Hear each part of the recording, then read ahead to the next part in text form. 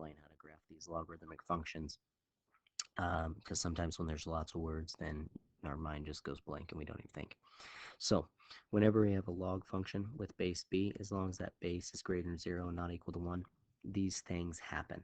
Okay, so main thing is these 3 points happen right here.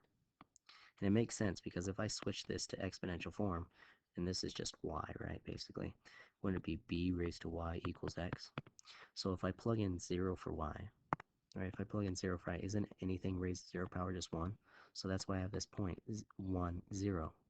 1 for x, 0 for y. It's just kind of backwards, right? And I always have this point because if I put in 1 here, b to the 1, isn't that just b? So my x is b and my y is 1.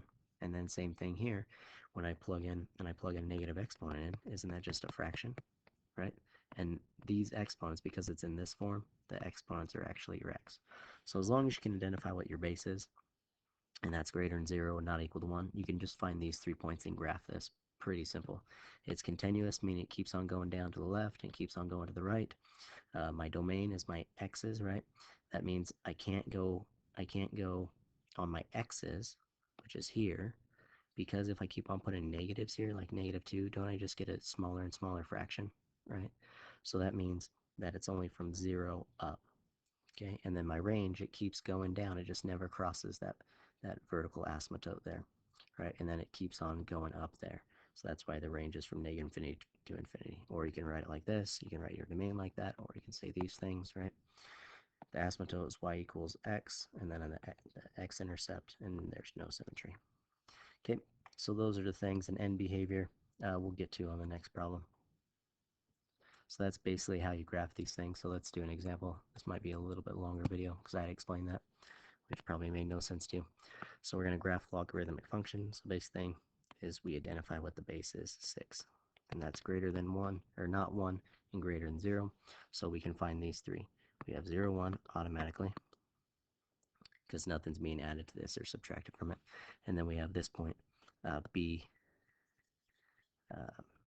comma, we plug in our b, and we get 1 out. And this is actually backwards, 1, 0. Because remember when we switch forms, sorry about that.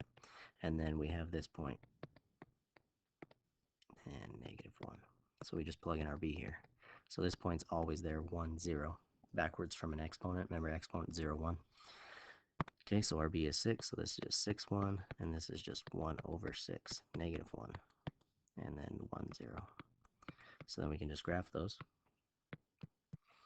1, 2, 3, 4, 5, 6, 1, 1, 6, which is like maybe right there, -1, and then 1, 0, 1, 0. And then we just make a smooth curve, and we keep on going, get closer, but we never cross that line. And then we keep going up like that.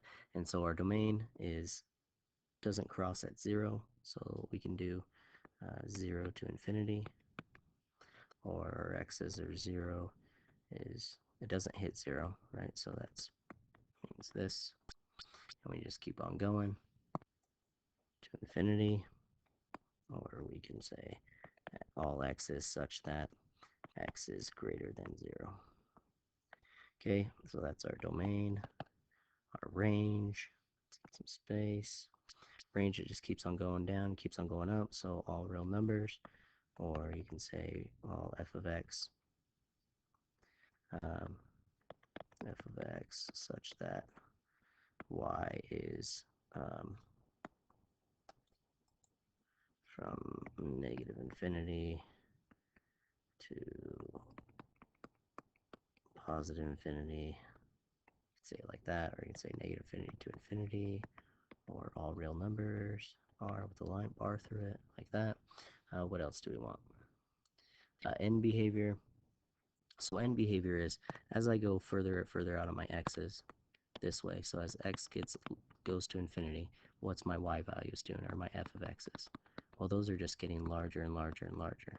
So they go into infinity. Now the thing here is as I go left, well, I can't go left more than 0, right? This x equals 0, I can't go past that. I can't even get there actually. So as I approach 0 from the right, so that'd be going this way from the right, That's where that plus sign is there. So you probably haven't seen that before. My f of x's go to negative infinity. That line goes down. So that's probably something new. So hopefully you can do that. Just find your base. Let me pause this. I'll give you a problem you can do on. Okay, so there's a problem that you can do on your own. Identify what your base is. Once you know what that base is, then you can write these problems or points. And then b comma 1. And then 1 over b negative 1. Once you have those points, then you can draw your smooth curve. And then you can label your domain, your range, and all that stuff.